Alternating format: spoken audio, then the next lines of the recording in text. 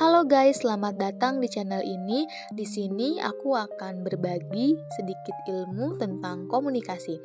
Dan aku juga akan menjelaskan beberapa materi tentang komunikasi intrapribadi.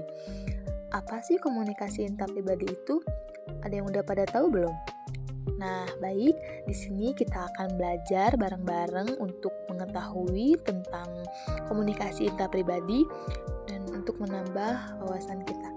Semoga apa yang disampaikan dapat bermanfaat dengan baik dan tersampaikan dengan baik. Mari kita simak video selanjutnya. Selamat menyaksikan. Terima kasih. Halo guys, Assalamualaikum warahmatullahi wabarakatuh. Perkenalkan, nama saya Adinda Miftah Sabila dari kelas 07. Di sini saya akan menjelaskan materi tentang komunikasi intrapribadi atau intrapersonal. Apa sih komunikasi intrapribadi itu? Komunikasi intrapribadi atau interpersonal adalah komunikasi yang terjadi ketika seseorang berkomunikasi dengan dirinya sendiri. Lewat komunikasi interpersonal, kita mengingatkan diri kita mengenai perspektif orang lain dan bagaimana mereka melihat kita. Selanjutnya ada beberapa bentuk konsep diri dalam komunikasi intrapribadi, yaitu yang pertama ada komunikasi dengan anggota keluarga. Orang tua dan anggota keluarga lain mengkomunikasikan siapa kita dan apa kita layak. Contohnya meminta pendapat kepada orang tua saat ingin mengambil keputusan atas suatu hal.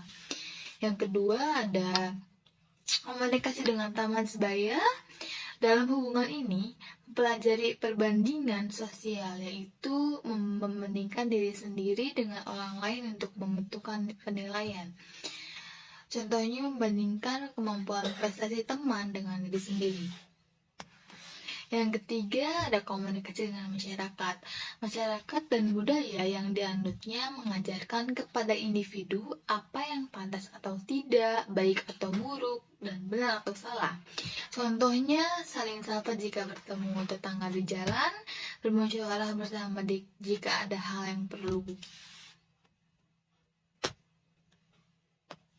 Yang keempat ada komunikasi dengan diri sendiri atau sugesti.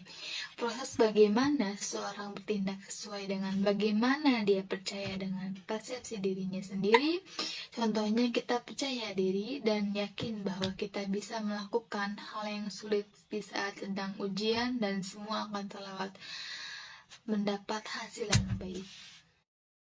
Selanjutnya terdapat dua konsep diri, yaitu yang pertama ada konsep diri yang kuat dan dapat menggambarkan sejumlah keterampilan, pengetahuan, kompetensi, dan karakter pribadi, berpikir positif tentang dirinya sendiri. Yang kedua ada konsep diri yang lemah, tidak dapat menggambarkan keterampilan, kemampuan, pengetahuan, kompetensi, dan atau karakter pribadi yang dimiliki, berpikir negatif tentang dirinya sendiri. Kesadaran diri menurut Johari Windows, yaitu yang pertama ada open self, informasi yang saya tahu dan orang lain juga tahu. Contohnya teman saya mengetahui bahwa saya menang lomba dan diumumkan di media sosial. Yang kedua adalah being self, informasi tentang saya yang tidak saya tahu dan tapi orang lain tahu. Contohnya tentang sikap dan karakter dalam diri saya. Yang ketiga ada hidden self, yaitu ketika saya informasi tentang saya yang saya tahu tapi tidak orang lain tahu, yaitu ketika saya tidur lampu kamar saya dimatikan, kalau tidak mati saya tidak bisa tidur. Yang terakhir ada unknown self, yaitu informasi tentang saya yang saya tidak tahu dan orang lain pun tidak tahu. Contohnya terjadinya bencana, tidak ada yang tahu kecuali Tuhan yang Maha Esa. Selanjutnya ada peningkatan diri. Yang pertama ada buatlah komitmen yang kuat untuk memperbaiki diri sendiri. Contohnya buat komitmen untuk konsisten untuk bangun pagi. Yang kedua ada dapatkan pengetahuan sebagai dasar perubahan personal, belajar dari kesalahan. Contohnya yang ketiga yaitu ada tentukan tujuan yang realistis. Contohnya setelah lulus yakin akan menjadi wanita karir yang sukses.